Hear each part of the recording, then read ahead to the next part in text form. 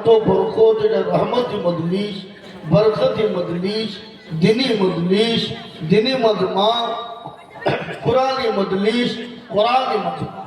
রাসূলুল্লাহর ঘোষণা, এই মজলিসে যারা আসবে বসবে আল্লাহ তাদের জীবনের গুনাহগুলোকে ক্ষমা করে দিবে। জোরে বলুন সুবহানাল্লাহ। কত বড় মজলিস এটা! একজন সাহাবা বললেন, ইয়া রাসূলুল্লাহ, ওগো আল্লাহর হাবিব, কোন মানুষ যদি চুরি করে জেনা করে বসে যায়, তো রাসূলুল্লাহ বললেন, ওয়াইন জানা ওয়াইন সারাকা, সে চুরি করলো জেনা করলো, মজলিসে বসলে তার গুনাহগুলো ক্ষমা হবে। তাই বলে আপনারা ঘোষ পড়ার লোক মনে মনে ভাবলেন, যায় এত মৌলবীর ওয়াজ শুনেছি রে, এই আজেজন মৌলবীর মতন সস্তা ফতুয়াকে হতো। এখন গুনাহ করবার মজলিস দেখবার বসবো, তাহলে হবে না? এ বাবা, সেখানে তোবা করবেন, আল্লাহ জীবনেও কোনোদিন করব না, তো আল্লাহ বললেন তাহলে তোর ক্ষমা আমি করে দিলাম। বুঝলেন? হযরত নবী করিম সাল্লাল্লাহু আলাইহি ওয়াসাল্লাম বললেন, আবু জাহল, যে আল্লাহ মাফ করবে তো তোমার এত সন্দেহ কেন? তুমি জানো না যে জামানায় দোয়া মঞ্জুর হয় নাই, সে সময় মুসা নবী আলাইহিস সালাম এর কাছে তিনজন ব্যক্তি গিয়ে বলেছিল, আল্লাহর নবী মুসা, আপনি তো রাসূল, তো আমার আল্লাহকে বলেন না যদি দোয়াটা আমাদের মঞ্জুর হয়ে যায়। তিনি বললেন, হবে। হাজার মুসল্লি, হযরত মুসা নবী আলাইহিস সালাম তিনি হলেন ইমাম, 2 রাকাত নামাজ পড়ে তুলে দিলেন আল্লাহর ইলাহি দরবারে হাত। যত দোয়া করে তত রোদের টেম্পার বাড়ে। মানুষ বুঝি বিপদে পড়বে, মুসার পাল্লাই পড়ে তো জীবন চলে যাবে। দেখবেন ঘোষ পড়ার লোক শুক্রবারের দিন জুম্মার নামাজ পড়তে গিয়েছে, দিয়ে দেখছি ইমাম সাহেব বড় কেরাত ধরেছে। আর কারো যা যদি বাবা নামাজ পড়ে জলঙ্গি যাওয়ার সময় হয়, তো আল্লাহু আকবার, ও তো বলতে পারে না যে বলবে তোমার হোশ নাই, আমি নামাজ পড়ে জলঙ্গি যাবো, তুমি বড় কেরাত ধরেছো, তার মানে বলে না। এজন্য মানে কি ওই জলঙ্গি যাওয়া। তো মুসা আলাইহিস সালাম যত দোয়া করে বাপ তত রোদের টেম্পার বাড়ে। দোয়া শেষ করে দিয়ে বলছে, আল্লাহ যত দোয়া করে তত রোদ বাড়ে, তার মানে আল্লাহ বলে, মুসা রে, বলে কি হলো? ইন্নী আ'লামু মা লা তা'লাম, আমি যেটা জানি সেটা তো জানি। বলেন না, তাহলে শোন, ওই মজলিসের ভিতরে এমন একজন মানুষ নোংরা কাজ করে বসেছে রে মুসা, যতক্ষণ পর্যন্ত মজলিস থেকে না উঠবে আমি আল্লাহ ততক্ষণ পর্যন্ত তো মজলিসের দোয়া কবুল করব না।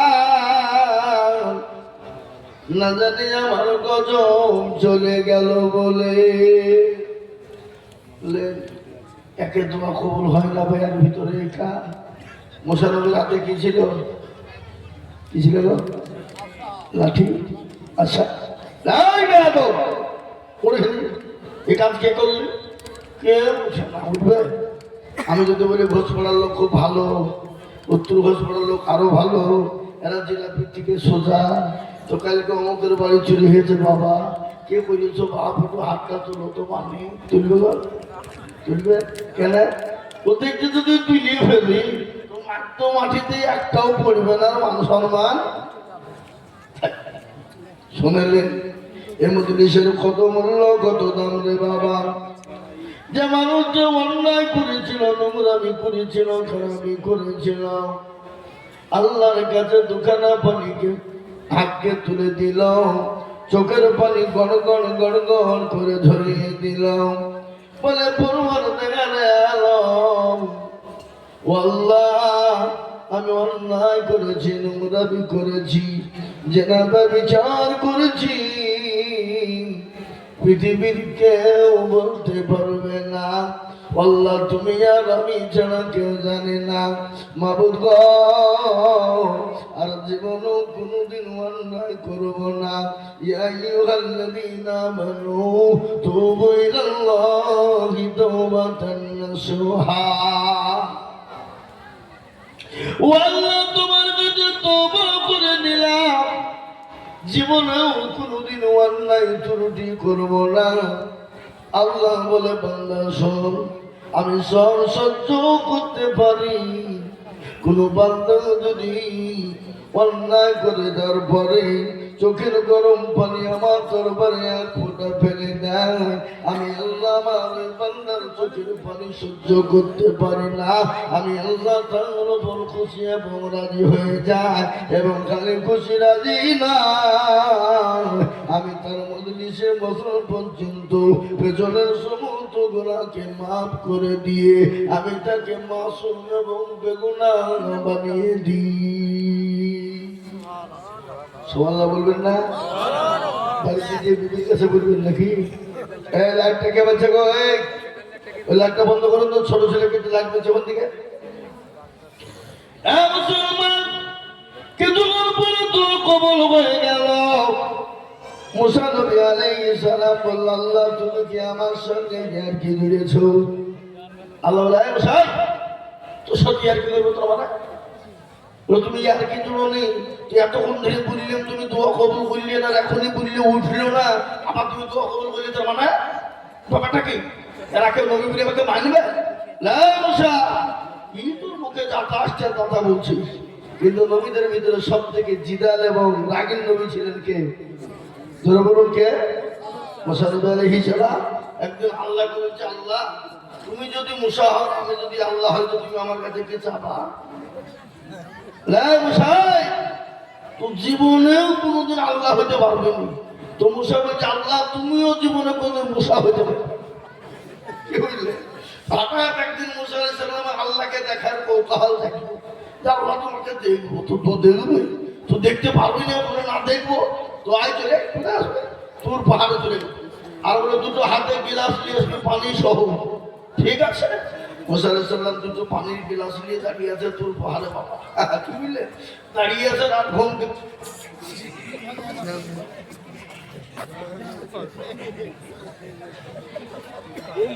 হরমোন করে ফেলে দিবে নাকি? কি হবে কি হবে? এদিকে তো মুসলমান তুমি বলছিলাম, তো ঘুমকে বলা যায় ঘুম। পৃথিবীর যত ঘুম আছে মুসাকে ধর। মুসা আলাইহিস সালাম 2 গ্লাস পানি নিয়ে দাঁড়িয়ে আছে। বাবা এত ঘুম ধরে গেল। আল্লাহ রাব্বুল আলামিন মুসাকে ঘুম ধরতে বলেছে। বাবা মুসা ঘুমে থাকতে পারে না, ওই কাচের গ্লাস পানি নিয়ে তোর পাহাড়ের মধ্যে পড়ে গেল। কিছুক্ষণ পরে আল্লাহ বলে, মুসা মুসা রে, যখন উঠে গেল, উঠে দেখছে মুসা নবীর কাছে গিলাস নাই পড়ে আছে। বলে, মুসা রে, সামান্য একটু গিলাসের পানি তোর কাছে সুরক্ষিত নয়, তোর কাছে কাছের গিলাস সুরক্ষিত নয়। ও মুসা, আমি আল্লাহ গোটা পৃথিবীর নিজামকে ঠিক রাখি, আর তোর এত বড় সাহস তুই আমাকে দেখতে চা? এ বাবা, সেই মুসা আল্লাহকে বললেন, আল্লাহ একজন মানুষ তো মজলিস থেকে উঠলো না, কেন তুমি দোয়া কবুল করলে একবার বলে দাও। আল্লাহ বলে, মুসা রে, তোকে আগেই বলেছি আলামু মা লা তালামুন। ও মুসা, আমি যেটা জানি সেটা তো জানিস না। বলে, জানি না বটে, কিন্তু একজন মানুষ মজলিস থেকে উঠলো না, আল্লাহ তুমি দোয়া কেন কবুল করলে বলো? আল্লাহ বলে, ও মুসা, ওই মানুষটা অন্যায় করেছিল, ত্রুটি করেছিল, ভুল করেছিল, কিন্তু আমার কাছে জীবনের মতো তওবা নাসুহা করেছে। বলে, আল্লাহ আর জীবনও কোনোদিন অন্যায় করবো না। আল্লাহ বলে, বান্দা আমি সব সহ্য করতে পারি, কিন্তু বান্দা চোখের পানি সহ্য করতে পারি না। ও মুসা, আমি আল্লাহ সহ্য করতে করতে না পেরে আমি তার সমস্ত জীবনের গুনাহগুলোকে ক্ষমা করে দিলাম। আল্লাহ কত বড় দয়ালু, তিনি তো আমার রাহিমিন, তিনি এই জামানার মালিক, গোটা পৃথিবীর মালিককে ধরে বলুন, আসমান এবং জমিনের মালিক আল্লাহ। আর তুমি দুদিনের মসনদ পেয়ে গেছো, সংসার পেয়ে গিয়ে বলছি এক করবো, ভাই করবো, এমন করবো, তমন করবো, জমি আমার, তুমি আমার। আল্লাহ একবার যদি ভূমিকম্প দিয়ে যদি উল্টে দেয়, তুমি কেন তোমার বাপের ক্ষমতা নাই ভূমিকম্প রোধ করতে পারবে? যখন পারবে। এই বর্ডারের মালিক হাসিনা বলছিল আমার, আর মোদীজি বলছে আমার। আল্লাহ বলছে একবার উল্টে দিব, মোদীরও ক্ষমতা নেই, হাসিনারও ক্ষমতা। আর এখন তো হাসিনা তো ভাবছি নাই, কি ফাইল দিয়ে বসে আছে ভারতে। হ্যাঁ বললেন না, আমরা বলছি বুঝে আছে। এ বাবা, তাই বলে আমরা ফাইল দিয়ে আমরা টাকা দেবো না? কোন দেশ থেকে আমাদের কাছে আসে আমরা ফাইল দিয়ে দেবো না, দিব টাকা দেবো নাকি? অত সহজ নয়। আজকে আমাদের কিছু বুঝতে ভাবছি, এদেশে ধোবো না, ওদেশে ধোবো না, বের করে দেবো, বাইর করে দেবো, বুঝছে না? কথা বলেন, এ দেশটা কাদের? এ দেশটা কাদের? আরে এরা কথা বল না, এ দেশটা আমাদের মুসলমানদের। আজকে বিভিন্ন রকম কায়দা কৌশল করে মুসলমানদেরকে দেশ থেকে বের করে দিতে চাইছে। কখনো সিএ, কখনো এনআরসি, কখনো এমপিআর, কখনো অমক, কখনো তমক। দেখেন আর একটা লাইন বের করেছে বাবা, SIR। কি ঘোষণা করেনি? আপনারা সব জমা করেছেন না করেননি? খালি জমা করলে হবে না, জমা করে দিয়ে মনে করছে দায়িত্ব শেষ না। খবরদার, জমা করে এবং খোঁজ নেবেন যে ওটা অ্যাক্টিভেট হয়েছে কিনা, ওটা জমা হয়েছে কিনা, ওটা আপনার আওতায় নাম উঠেছে কিনা। নাহলে এখন এমন যুক্তি চলছে বাবা, আপনাকে বাদ দিয়ে দিব, আপনি সঠিক, তারপরেও আপনাকে বাদ দিয়ে দিব, আপনি কিছু করতে পারবেন না। মানে এখন ওদের হাতে ক্ষমতা, তো ওরা যেরকম ইচ্ছে সেরকম করছে না ধরে বলুন। কিন্তু আল্লাহ মানুষকে ছাড় দেয়, কিন্তু ছেড়ে দেয় না। আল্লাহর বিচার আছে না নেই? আজকে মুসলমানদের উপরে যে অত্যাচার চলছে, কখনো মসজিদ ভেঙে দেয়, কখনো মাদ্রাসা বুলডোজার দিয়ে ভেঙে দেয়, কখনো মুসলমানদের উপর অত্যাচার করে, আবার কখনো বলছে মসজিদ করলে ভেঙে দিব। এই যে আমাদের বেলডাঙ্গায় মসজিদ তৈরি হচ্ছে, বাবরি মসজিদ। ভারতবর্ষটা হলো এ দেশটা হলো যে কোনো ধর্ম যে সে পালন করতে পারে, কারো বাধা দেওয়ার ক্ষমতা আছে? কথা বলেন, নাই। তাহলে মসজিদ করতে গেলে তোদের বাধা কেন, তোদের চুলকানি কেন? আজকে রাম মন্দির করলো আমাদের 550 বছরের মসজিদ। তারা বললো যে ওখানে শিবলিঙ্গ ছিল, শিবের মন্দির ছিল, রামলীলারই ছিল বলে জবরদস্তি করে দখল করে নিয়ে আমরা সুপ্রিম কোর্টে জিতলাম 4 বার। তার মধ্যে আমরাই জিতেছি। জিতার পরেও আমরা মাথা পেতে নিয়ে, বুকে ব্যথা নিয়ে আমরা তাদেরকে মসজিদ, তাদের জোরজবরদস্ত করে তারা ভেঙে দিয়ে তারা রাম মন্দির করেছে। আমরা বাধা দিয়েছি? জোরে বড় বাধা দিয়েছি? দিন। তাহলে আবার আমাদের মুসলমানরা নিজের জায়গা কিনে, জমি দিয়ে, ইট দিয়ে, বালি দিয়ে, পাথর দিয়ে, মেহনত দিয়ে, শ্রম দিয়ে মসজিদ তৈরি করবে। তো এদের তো ব্যথা কেন বাবজি বলুন, এদের চুলকানি কেন বলুন? আজকে তারা সোশ্যাল মিডিয়াতে বলছে ভেঙে দিব, গুড়িয়ে দিব। কেউ বলছে কোনো বিল্ডিং করবো, কেউ বলছে কোনো শৌচালয় করবো, কেউ বলছে অমক করবো। বুঝছে না কথা বলেন? আমি বলবো শোনো, মুসলমানরা ভিখারি নয়। আজকে ভারতবর্ষের মুসলমানরা ভিখারি নয়। মুসলমানদের যা সম্পদ আছে বিক্রি করলেও শেষ হবে না। কেন? তোমরা এসেছো ফেতনা ফাসাদ করে, দেশে ঝামেলা ঝঞ্ঝাট করে, দেশে একটা রক্তপাত করে দিতে। কিন্তু মুসলমানরাও তো এই দেশে রাজত্ব করেছে না করেনি গো? কত বছর? 750 বছর রাজত্ব করেছিল। মুসলমানরা যদি মনে করত যে দেশে কোনো জাতি, কোনো ধর্ম, বর্ণ থাকবে না, তাহলে এই দেশে কোনো জাতি, ধর্ম থাকতে পারত না। কি বলছেন আপনারা বলুন? 750 বছর। ইতিহাসের পাতায় কোনোদিন শুনেছেন আপনার বাপ দাদা, তার দাদা, পোত দাদা, অমুক দাদা, তমুক দাদা বলেছে যে ভারতবর্ষে 750 বছর মুসলমানরা রাজত্ব করেছিল, কিন্তু কোন গির্জা ভেঙে দিয়েছে, গুরুদুয়ার ভেঙে দিয়েছে, মন্দির ভেঙে দিয়েছে, কোন মুসলমানের উপর অত্যাচার করেছে? করেনি। মুসলমানরা যদি করত তাহলে ভারতের মাটিতে একজন হিন্দুকে খুঁজে পাওয়া যেত না। কি বলছেন আপনারা বলুন? কিন্তু কোরআন বলেছে, ইসলাম বলেছে, লাকুম দীনুকুম ওয়ালিয়া দীন, তোমার ধর্ম তোমার কাছে, আমার ধর্ম আমার কাছে, লা ইকরাহা ফিদ্দীন, ধর্মের ব্যাপারে কোনো ভ্রান্তি নেই। সুতরাং ইসলাম কোন কারণ জাতিকে আঘাত করেনি, আঘাত করতেও চাই না, আঘাত করেও না। কিন্তু তোমরা আমাদের সামনে এসে মসজিদ, আমাদের রক্ত দিয়ে তৈরি করা মসজিদ তোমরা ভাঙবার, আমরা বসে বসে আঙ্গুল চুষবো নাকি? কি বলছেন আপনারা বলুন? আঙ্গুল চুষবো? ইসলামে এসেছে হাত দিয়ে যদি প্রয়োগ করো তো হাত দিয়ে তাকে রুখো, যদি না পারো মুখ দিয়ে তাকে বলো, যদি না পারো তাকে মন দিয়ে ঘৃণা করো। বলেছে না বলে না? জোরে বলুন। ইসলাম বলেছে। সুতরাং আমি আপনাদেরকে বলবো বন্ধু, আজকে শেয়ার করে ভারত থেকে মুসলমানদেরকে তাড়িয়ে দিতে চাই, মুসলমানদেরকে বের করে দিতে চাই, কিন্তু আল্লাহর রহমত করম শুনে মুসলমানদের আল্লাহর রহমতের ডকুমেন্টস কম নাই। মুসলমানদের ডকুমেন্টস আছে না নাই? কথা বলেন, আছে? আবার তারা কি উল্টো পাল্টা বলছে, বলে মুসলমানদের ডকুমেন্ট যদি না থাকে তাদেরকে দেশ থেকে চলে যেতে হবে। আজ হিন্দু ভাইরা যদি সনাতন মানে ভোট আসছে রাজনীতি, ওরা হিন্দুদেরকেও ভালোবাসে না, অমুসলমানদেরও ভালোবাসে না। যদি ভালোবাসতো তাহলে পার্শ্ববর্তী রাজ্য কি গো বিহার 54 লক্ষ মানুষকে এশায়াত থেকে বাদ দিয়েছে, তার মধ্যে 40 লক্ষ ছিল আমার হিন্দু ভাইরা। কত লক্ষ বলুন? হিন্দু ভাইরা। আর থাকলে ক লক্ষ? 10। এই 10 লক্ষ কারা? হ্যাঁ,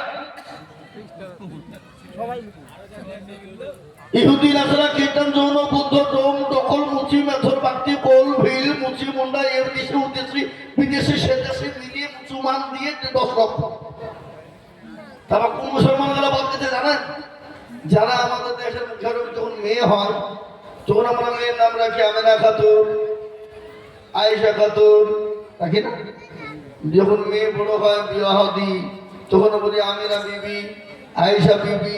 যখন তার স্বামী নাজানি কারণে মারা যায় তখন তার স্বামীর তখন নাম কি হয়? আমিনা বাবা, আয়েশা বাবা। না, এই ডকুমেন্টস গুলো আমাদের জন্য খারাপ। কিন্তু আমি এটা আপনাদেরকে বলে দিয়ে যাই, মেয়ের নাম যেটা আমিনা খাতুন, নাই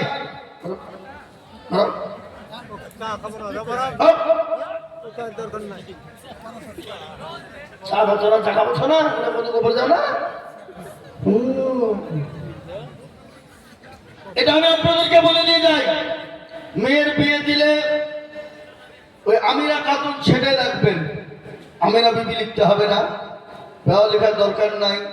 ব্যাপারটা বুঝতে পারলেন তো? দেশের পরিস্থিতি কোন জায়গাতে ডকুমেন্টসে একটু যদি গোলমাল দেখছে তখন যে দেখো এই তো হলো উপার থেকে এসেছে, ওই দেশ থেকে এসেছে বিদেশি।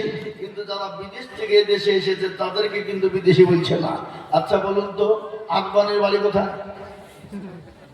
পাকিস্তান। ইন্ডিয়াতে এসে হয়ে গেল স্বদেশী।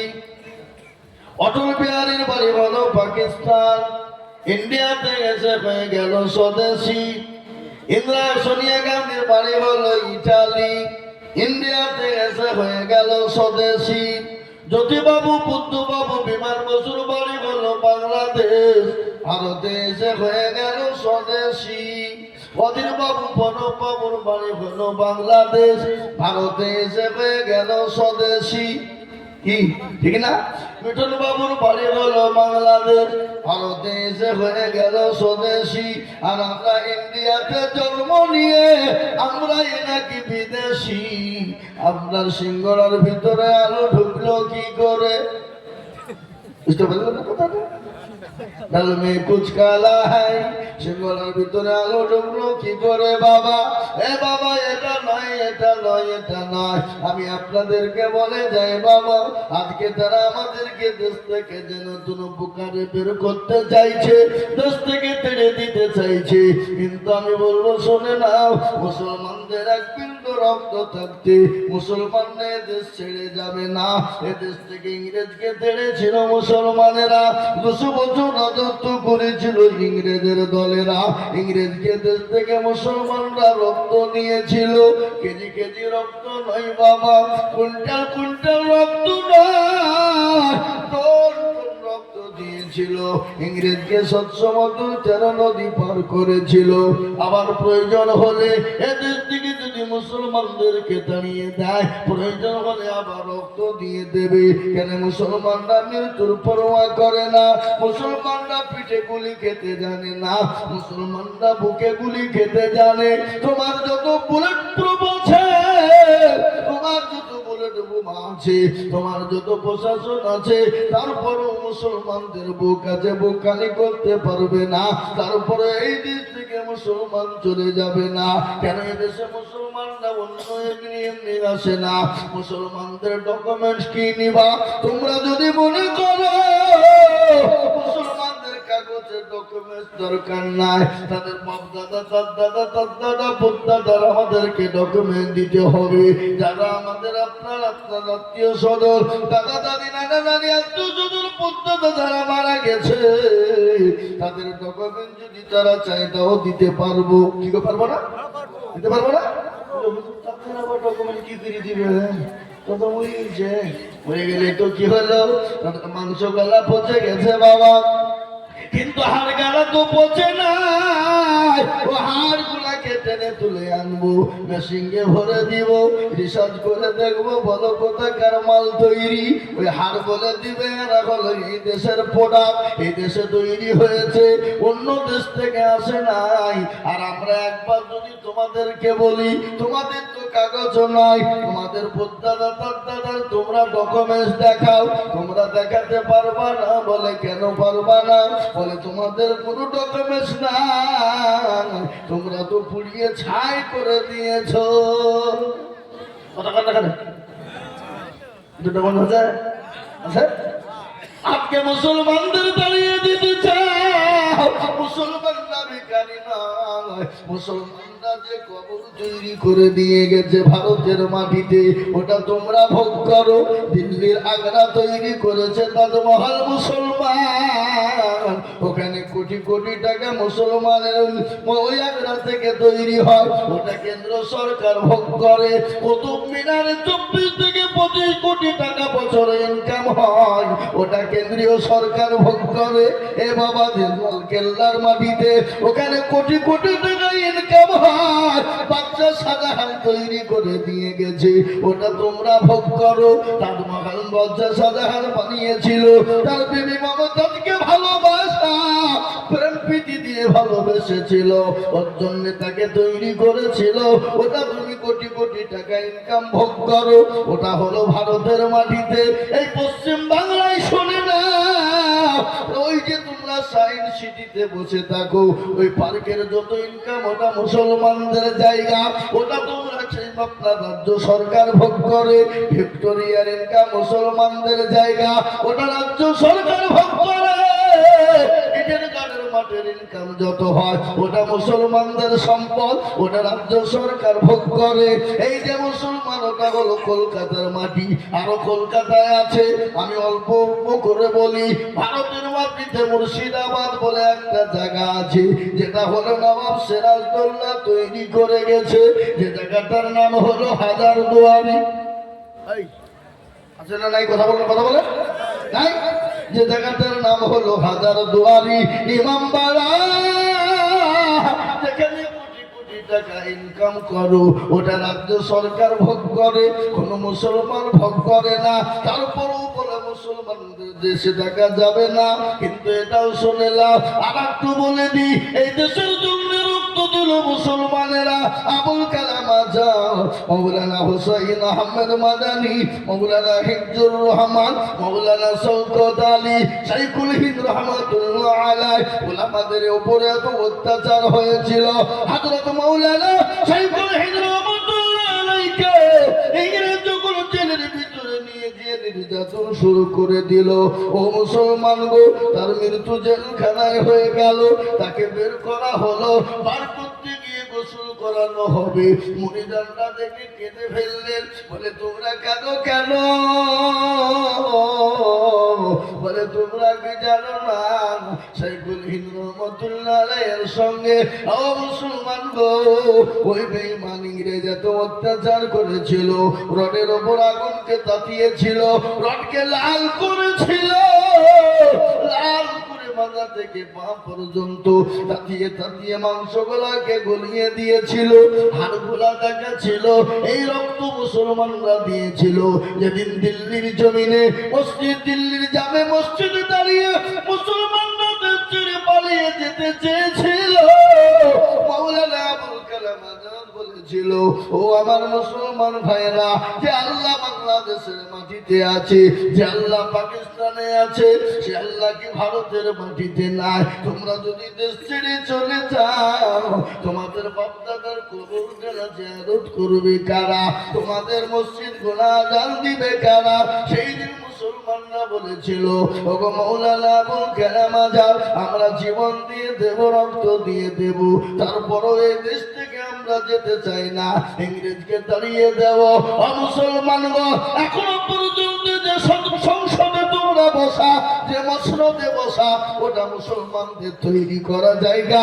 যে ইন্ডিয়া গেটে এখনো ঝলঝল করে লেখা আছে, মুসলমানদের নাম সোনার অক্ষরে লেখা আছে, যেখানে কলিমুদ্দিন, শরীফুদ্দিন, আব্দুর রহিম, আব্দুল জব্বার, আব্দুল গাফফার, আব্দুল সত্তার, আব্দুল সোহান সোনার অক্ষরে লেখা আছে।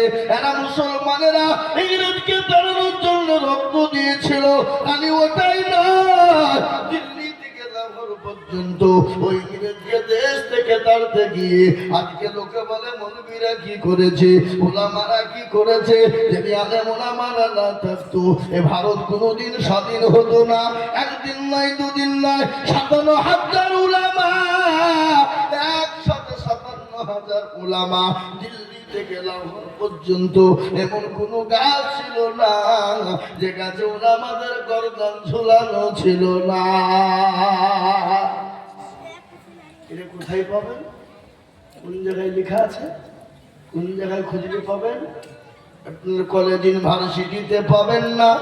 কলেজ ইউনিভার্সিটিতে তারা তো লিখাবে না, তারা তো দেখতে দিবে না, তারা পড়তে দিবে না। কেন দিবে না? এটা শুনেলে যদি মুসলমানরা জেনে নেয়, মুসলমানদের ছেলেরা জেনে না, ইতিহাস যদি জেনে না, আমাদের কাছে তাদের সব কিছু খুলে ফেলবে।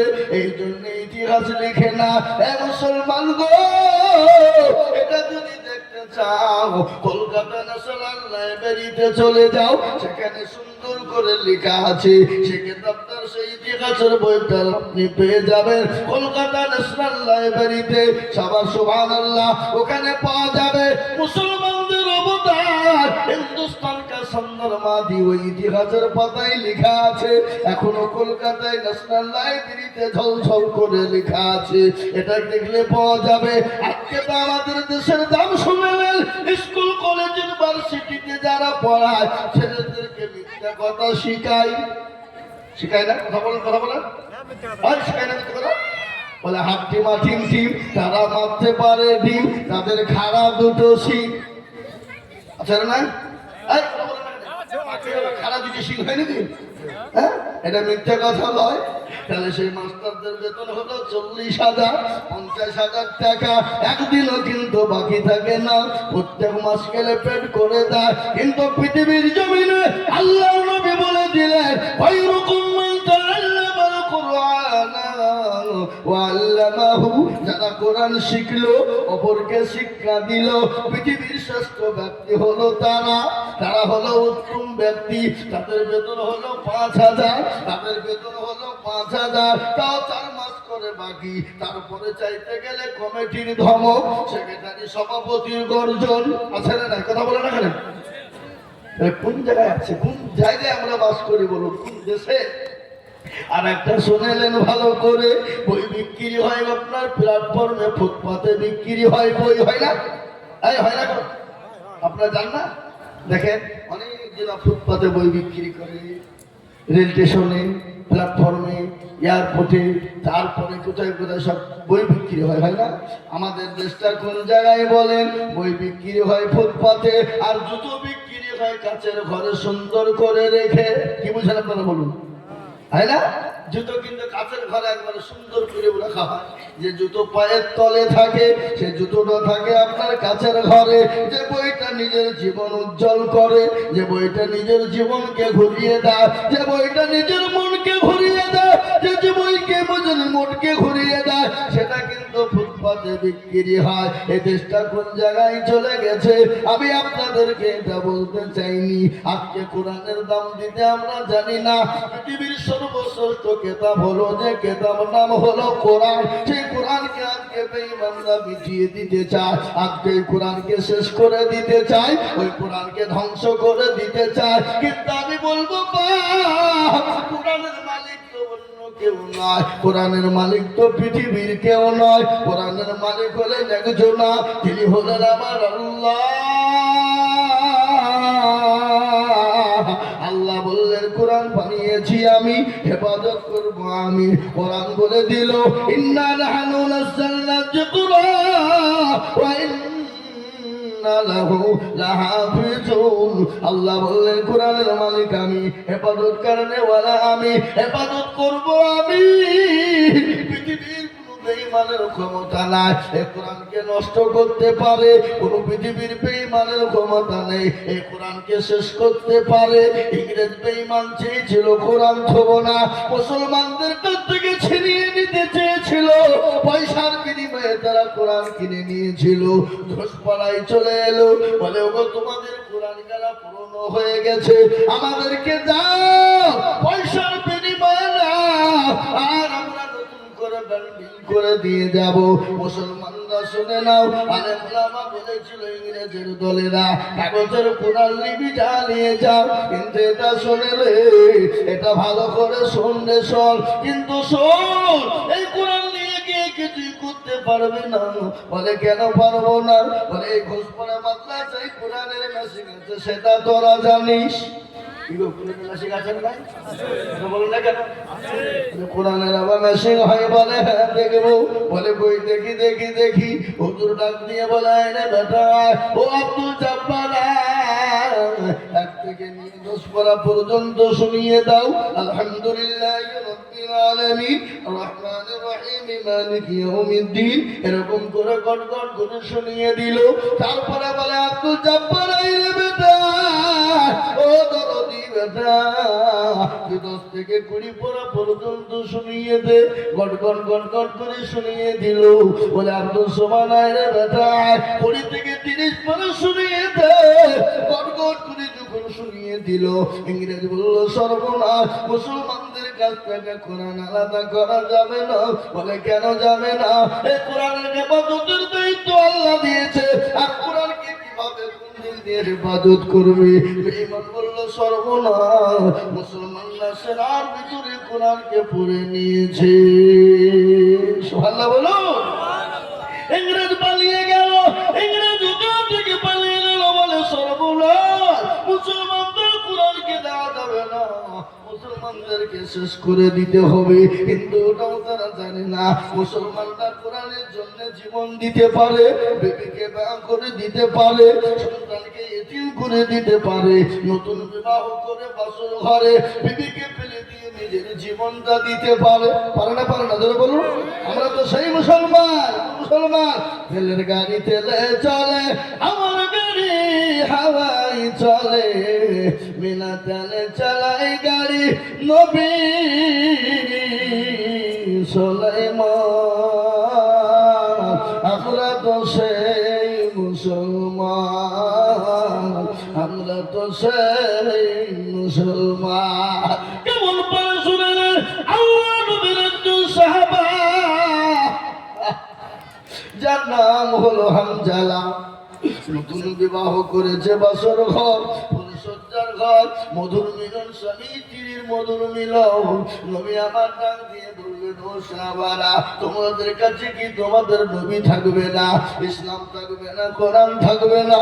এই কথা যখন নবী বলা, হযরত হানজালা উলঙ্গ পরিখানা তিনি নিলেন, জাহাজের ময়দানে তিনি ছুটে যাবেন। বিবি পেছন থেকে টেনে বললেন, স্বামী গো আপনি যেতে পারবেন না। বলে কেন রে বিবি, আমি কেন যাব না? বলে স্বামী আপনাকে পদ দেব না, কিন্তু স্বামী গো আপনার উপর গোসল ফরজ রয়েছে, আপনি দয়া করে গোসলটা করে যাবেন। বিবিকে বলল, বিবি আমি কার জন্য গোসল করব? আমি কার জন্য জীবনটা বেঁচে রাখবো? আমি কার জন্য বিবাহ করেছি বিবি? যে নবী দুনিয়ার জমিনে থাকবে না আর আমি হানজালা গোসল করব? হতে পারে না। জাহাজের ময়দানে তিনি চলে গেলেন, জাহাজ শুরু হয়ে গেল। জাহান্নামের টিকিট কাফেরদেরকে ধরিয়ে দিলেন। হযরত হানজালা তিনিও শহীদ হয়ে গেলেন। আল্লাহর নবী বললেন, ও সাহাবারা তোমরা লাশগুলোকে এক জায়গায় তোমরা জমা করো।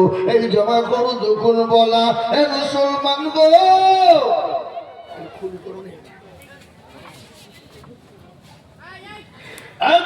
মুসলমান, হযরতে হানজালার বিবি দৌড়তে দৌড়তে চলে গেলেন। বলে ইয়া রাসূলুল্লাহ, ও আল্লাহর হাবিব আপনার পায়ে তলে আমার জীবনটা কুরবানি হয়ে যায়। নবী গো আমি জানি যারা শহীদ হয়ে যায় তাদেরকে গোসল করানো হয় না, একটু দয়া করে আমার স্বামীকে গোসলটুকু দিয়ে দেবে।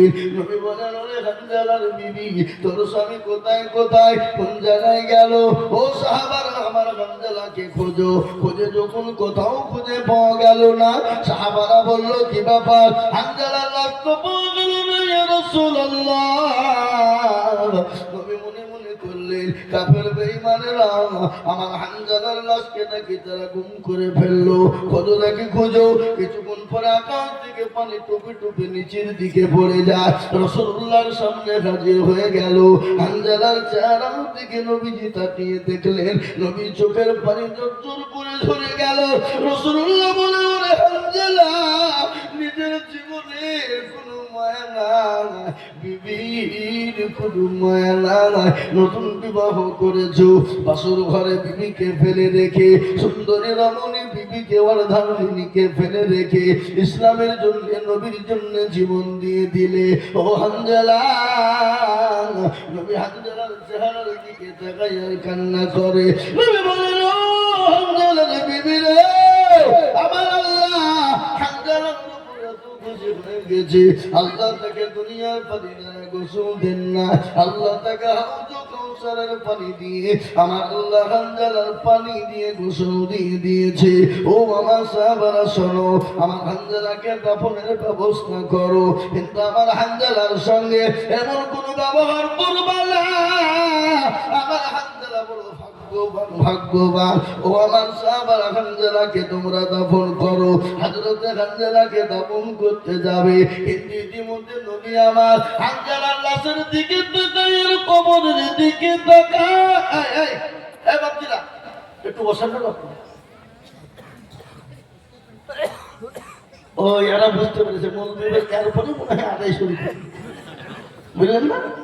কিছু মানে আমাদের দেশেও কিছু ব্রিটিশ এখনো যায়নি,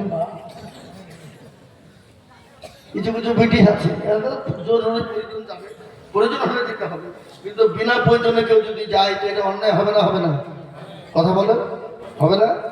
এ মুসলমান, রাসূলুল্লাহ হানজালার দিকে তাকায় আর নবী মুচকি মুচকি হেসে যায়। সাহাবারা বললেন, ফিদাকা ইয়া রাসূলুল্লাহ, নবী গো আপনি হানজালার দিকে তাকান আর কেন হাসলেন বলবি? সঙ্গে সঙ্গে বলে, সাহাবারা শোনো, আমার আল্লাহ আমার হানজালার পরে তো খুশি হয়ে গেছে। নতুন বিবাহ করে বছর ঘরে বিবিকে রেখে দিয়ে নিজের জীবনের মায়া করে না, নিজের জীবনের মায়া করে না। আমার হানজালা যখন তাকে লাশ যখন কবরে নামানো হলো, আমার আল্লাহ রহমতের জান্নাতের হরেরা আমার হানজালাকে নিয়ে তারা টানাটানি করতেছিল। আমি নবী দেখে মুচকি মুচকি হেসে যায়। মুসলমান গো, যারা কোরআনের জন্য, নবীর জন্য, দিনের জন্য নিজের জীবন দিতে দ্বিধাবোধ করে না, আজকে তাদের মসজিদ কেড়ে নিবে, তাদের মাদ্রাসা কেড়ে নিবে, কোরআনকে ছিনিমিনি করবে, মুসলমান এক বিন্দু রক্ত থাকতে ছেড়ে দেবে না। একটু হাতটা তুলে দিয়ে বলুন না ইনশাআল্লাহ। অনেকে তুলবে, আর মনে করছে যে তুললে হয়তো বিপদ, কিন্তু তুললে বিপদ নয়। এ বাবা যে তুলে দিলে জিতে গেল, ওরা মনে করবো মৌলবি দেখতে পাবে না, কিন্তু যেটা কেউ দেখে না সেটা দেখেন কে? জোরে বলুন। যেটা কেউ জানে না সেটা জানেন কে? যেটা কেউ বোঝে না সেটা বুঝেন কে? যেটা কেউ শোনে না সেটা শোনেন কে? কবি তো বলে দিল, সবাই বলে আমি ভালো, আমি জানি কি আমার মনের গোপন খবর জানে আল্লাহ জি। আলোতে আধারে নির্জনেতে কথা কি করেছ তুমি সব জানছে, কেউ যাবে না পাখি আমি জানি কি। ও মুসলমান দরদিন আমার ভাইরা, আমি আপনাদেরকে বলবো বাপরে, সকলের কাছে ফাঁকি দেওয়া যাবে, আল্লাহর কাছে ফাঁকি দেওয়া যাবে না। আজ আমার দিলটা নরম হয়ে গেছে, আমার দিলটা ভরে গেছে, মনটা ভরে গেল। আজকে এই ঘোষপুরা মাদ্রাসায় কোরআনের হাফেজের মাথায় পাগড়ি পরানো হলো, পাগড়ি পরানো হলো বাবা, পাগড়ি পরানো হলো। ও মুসলমান, আজকে তাদের মাথায় পাগড়ি প্রদান করানো হলো, আজকে দিলটা ঠান্ডা হয়ে গেল। এই মাদ্রাসাকে বাঁচানোর জন্য, আল্লাহর কোরআনকে জিন্দা করার জন্য আমি আইজুল হক আপনাদের কাছে হাত পেতে দিব। সারা পশ্চিম বাংলা নয়, সারা দেশে ঘুরিবা, আসাম, ত্রিপুরা, মেঘালয়, মণিপুর, উড়িষ্যা, বিহার, ঝাড়খণ্ড, পশ্চিম বাংলা পর্যন্ত, বাংলাদেশ পর্যন্ত যাই বাবা। আজকে আপনাদের দোয়াতে আসাম থেকে বানিয়ে এলাম বাবা প্রায় 850 কিলোমিটার রাস্তা, আপনার 1700 কিলোমিটার রাস্তা রে বাবা। সকালবেলা 3 জালসা করেছি, দুটোই আপনার গাড়ি ছেড়েছি, এখানে এসে 4:30টায় বাড়ি ঢুকেছি বাবা। একাধিক করে গোসল করে নামাজ পড়ে আবার এই জায়গায় ছুটে এসেছি। আমি আপনাদেরকে বলবো, আমি বহু জায়গায় লাখ লাখ টাকা করে বলি, আজ আমি লাখ লাখ টাকা চাবো না। ও বাবা, কত আদরের সন্তান চলে গেল, কত মা চলে গেল, কত বাপ চলে গেল, যাদের দুনিয়া জমিনে আল্লাহ তাদেরকে রাখিয়েছিল, গাড়ি বাড়ি সম্পদ তাদেরও ছিল, আজকে তারা কবরবাসী হয়ে গেছে, আজকে তারা কবরে চলে গেছে।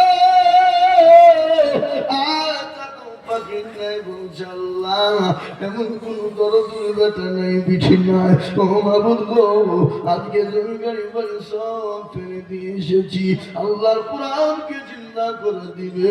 আল্লাহ মাদ্রাসার জন্য কোরআনের বদলায় ওই মা বাপের কবর গেলা জান্নাতের নাজাতের ফয়সালা হবে। আর কবর এমন একটা জিনিস, মৃত্যু এমন একটা জিনিস, আল্লাহ কোরআনে বলেছে কুল্লু নাফসিন যায়িকাতুল মাউত। ও মুসলমান, যারা জানাচ্ছে তাকে মরতে হবে, কিন্তু যে একবার মরে যায়, যত আদরের জিনিস হোক না কেন, আর দ্বিতীয়বার কিয়ামত পর্যন্ত তার সঙ্গে দেখা হবে না। আমাদের সামনে কত মানুষ চলে গেল, কত পা, কত মা, কত যুবক আমাদের চোখের সামনে চলে গেল, আর জীবনেও তারা দুনিয়া জমিনে ফিরে আসবে না। আমরা সকলেই চলে যাব, আমরাও জীবনেও কোনোদিন ফিরে আসবো না, কিন্তু আল্লাহর কোরআন কিয়ামত পর্যন্ত থাকবে। এই কোরআনকে একটা ছেড়ে যাওয়ার পেছন বদলা আল্লাহ একটা একটা করে নেকি দিবে। আপনার আমার কবরে নাজাতের পয়সা আল্লাহ করে দিবে। আল্লাহ দুনিয়ার জমিনটাকে শান্তিময় বানিয়ে দেবে। তাই আমি বলি বাবু, আমি আপনাদের কাছে আমার তকবীর দিব, বলে হুজুর আমার কাছে জান আছে বাংলায়, বলে হুজুর গো, আল্লাহর কোরআনকে বাঁচানোর জন্য, আল্লাহর কোরআনকে জিন্দা করার জন্য অল্প অল্প করে দিয়ে দিয়ে দিয়ে দিয়ে শোধ করে দেব। আমি একবার তকবীর দেব, মাত্র 10,000 করে টাকার দাতা। আমি একবার জোরে সরে বলি নারায়ে তাকবীর। আল্লাহর বান্দা ইনশাআল্লাহ এই মজলিসের ভিতরে সর্বপ্রথম একজন নবীর প্রেমিক, একজন দ্বীনের প্রেমিক, আল্লাহর কোরআনের প্রেমিক। ও বাবজি ভাইরা, ও ও তরুণ যুবকের দলেরা, ও আমার মা জননী বোনেরা গো, আল্লাহওয়ালা মা বোনেরা, আমি 10,000 টাকা করে আল্লাহর কোরআনের জন্য দেখতে চাই বাবা। তাই সর্বপ্রথম একজন দরদি গো মাত্র 10,000 টাকার দাতা তুলে বলুন।